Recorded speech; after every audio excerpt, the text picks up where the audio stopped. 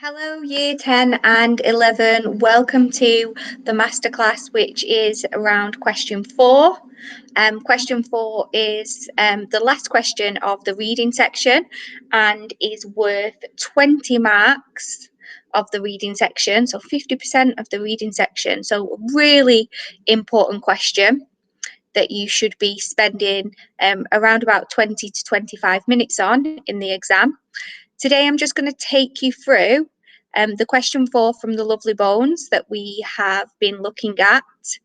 And I'm going to just quickly talk through how I would approach this question, what would be the first process that I would do, how I would access it, and then really what I would look for in order to get them marks that I needed in this question. Okay, so to recap, we are looking at question 4, which you are given a statement.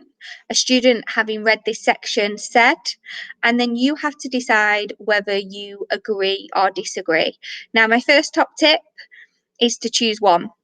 Now, we have never, as English teachers and from the new exams, seen a question or a statement, should I say, from a student where we haven't advised our classes to agree. 9 times out of 10, we would always agree with the statement. And we can test that out in today's question 4 from the Lovely Bones. Okay, so you're given a statement, you're asked to focus on a specific part of the text. Usually it's towards the end. So usually it's like from lines 20 or 30 to the end.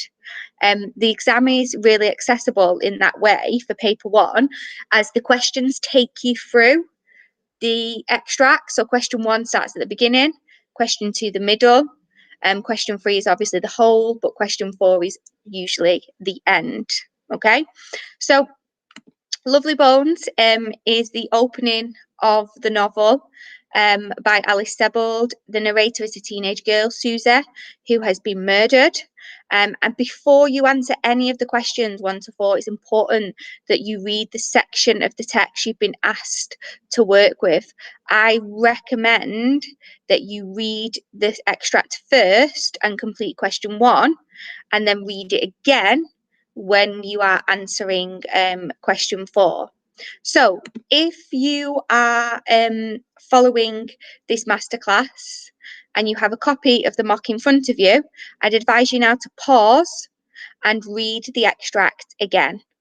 Once you've read the extract, or as you are reading, you can do this in your exam, in your mock in March, make some notes. What's happened, who the character is, and what you feel about it. Every creative writing, every fiction piece of writing, every novel, short story, a writer is doing it for a specific effect, a reason that they want the reader to understand, question, imagine, or feel. Okay, so if you have got the extract in front of you and you're going to attempt question 4 as we go through this masterclass, pause now and read the extract.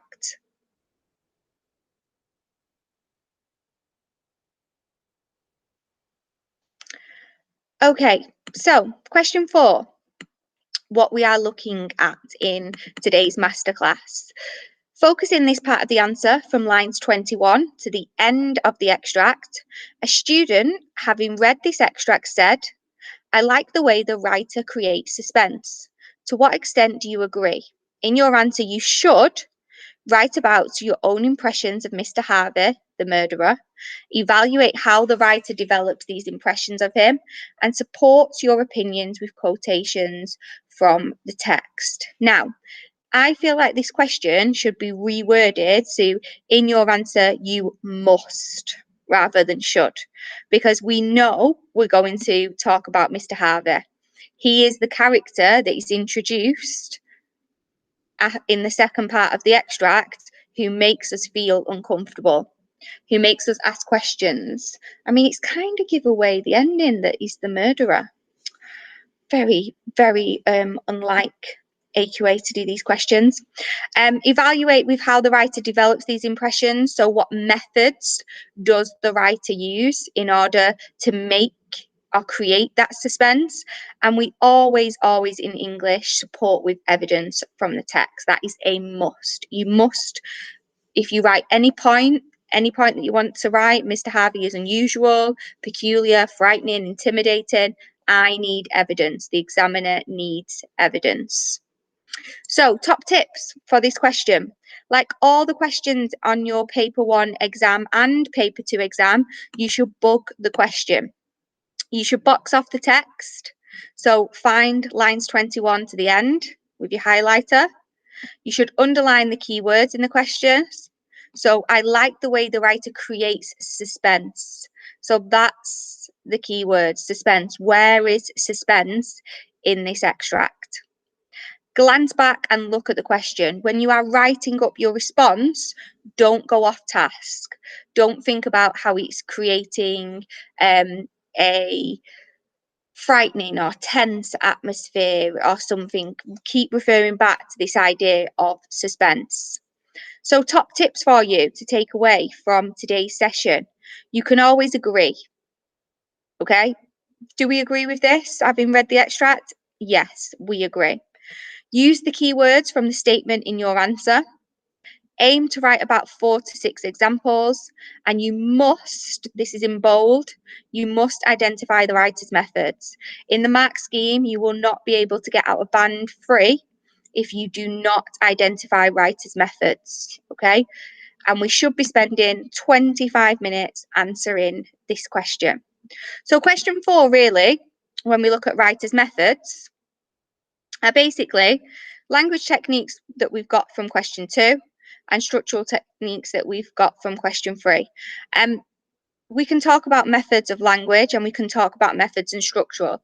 Even though these 2 questions, these focus on language or structure, in question 4, it's all about the writer's method. So any method the writer has used, which is really important because then it allows us, if we've noticed something from the structure question that we can reuse to answer question 4, we can do that. You're not going to be marked down for identifying the same evidence or method. When we have a look at the mark scheme, okay, band 4 is 16 to 20 marks, and here it says detailed. That's the important part that I want to focus on. Detailed response. Okay, so you provided lots of different pieces of evidence and you've made sure you focus on the statement and used evaluative phrases. For band 3, it's relevant. So the evidence and the methods that you have chosen are relevant to the question. They focus on the suspense that's created, and you've identified some writer's methods. And as we move down, band 2, some attempts, and band 1, limited. We should all be aiming to get into clear band 3. Okay, and I'm going to show you a strategy now of how you get into band 3. So the paper 1 question strategy is as follows. And if you are attempting to do this question alongside with me, you can attempt to do this now. Read the question and identify the keywords in the student's opinion. This question is asking you to analyse, underline the words in the question. Step 2, draw a box around the lines you asked to look at. Step 3, read that part of the text again. Do I agree with the student? Do I disagree with the student? And decide then, key stage 4, you agree or you disagree. Step 4, ask yourself, write your viewpoint at the top of the planning sheet. So why do I agree that it creates suspense? And I might have 3 different ideas. Well, Mr. Harvey, he's a bit of a suspicious character, introduction of him. The last line in the extract when it says, I'd never told him my name, and the fact of his behaviour and how Susie responds to him. And then once I've got my ideas, I then go and look for my evidence. That's step 4. Step 5 is thinking about your evidence and what this suggests. Now, step 5 is you thinking about the effect on you as a reader, how it supports the student statement that creates suspense. And then step 6, you write up your evaluation. You are aiming for really 4 paragraphs. A little introduction, 2 detailed paragraphs focusing on where suspense is created, and an overall conclusion. And you can use the reading frame that we use for language, PWAR. That's just good enough to answer this question. Okay, so paper 1, question 4, strategies there for you. I will be sharing this PowerPoint as well on Google Classroom, so you can go back and have a look at it if you are going to revise and practice question 4 before your mock exam in March. So if you are planning to do the extract and the question as we go along, I'd advise you now to pause the recording and read the extract again, focusing on step 2 and step 3. So read the extract and highlight the section you need to focus on, lines 21 to the end.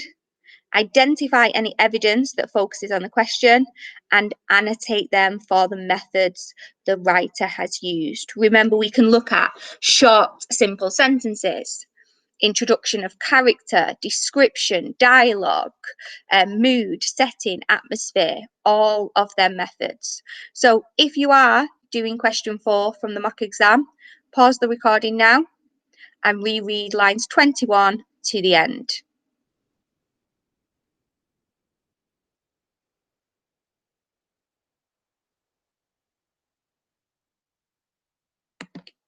Okay, key stage 4. So methods, what things can you look out for? Yes, you can use language or structural techniques, and they're very easy to identify because we've just been looking for them in questions 2 and question 3. But you can also, and here's another granddad acronym for you, you can also remember granddad. So genre, specifically what the writer is using, reader's response, atmosphere, names, dialogue, description of character, archetypes, and description of location. Now, really, for this question, you would be focusing on this description of character, how Mr. Harvey is presented. You would also be looking at dialogue, what he says to Susie that creates suspense. And then finally, for me, atmosphere is another important method when we're focusing on answering this question. So they're methods that I have identified. You may have identified different ones in the text, but I think they would be something that we would definitely use when we answer question 4. Atmosphere, dialogue, and the description of character. Okay, so moving on lastly to think about how we write this up, where we go with this.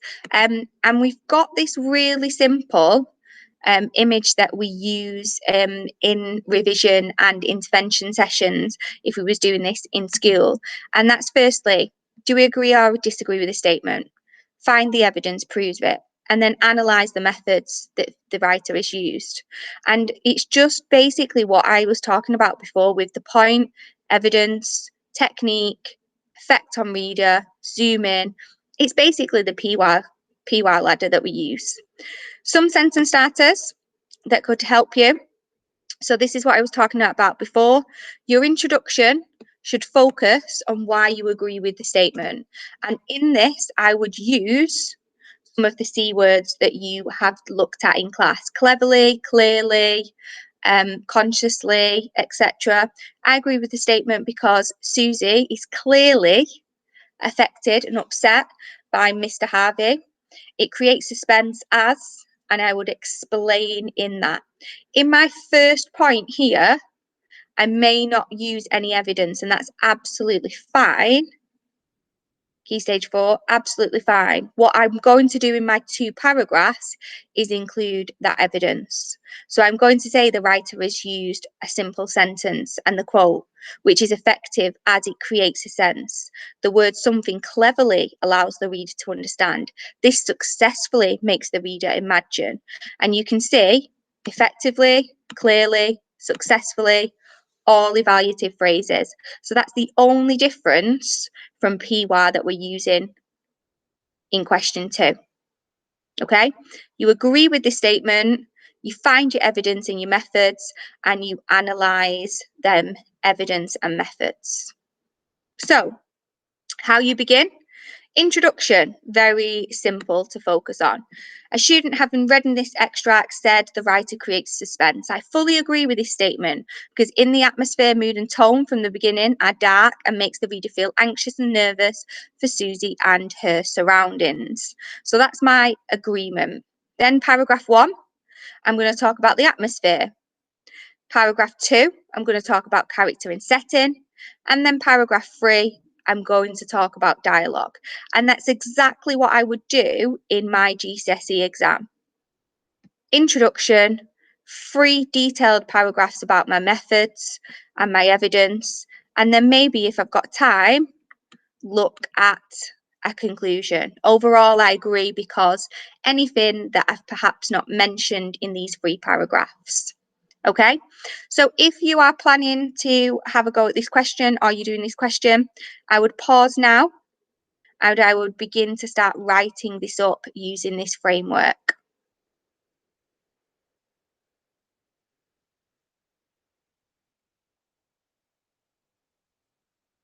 Okay, Key Stage 4. So just to recap, just to remember, the strategies to answer this question are following the 6 simple steps, and that's for any question 4. Read the question and identify the keywords. Draw a box around the lines you are asked to look at. Read that part and ask yourself, do I agree or do I disagree? Step 4, write your point at the box at the top of your exam or planning sheet. If you've got a planning sheet, why do you mostly agree or disagree? Okay. Step 5, consider the effect of each evidence and the methods that you've identified. Why does that support whether you agree or disagree?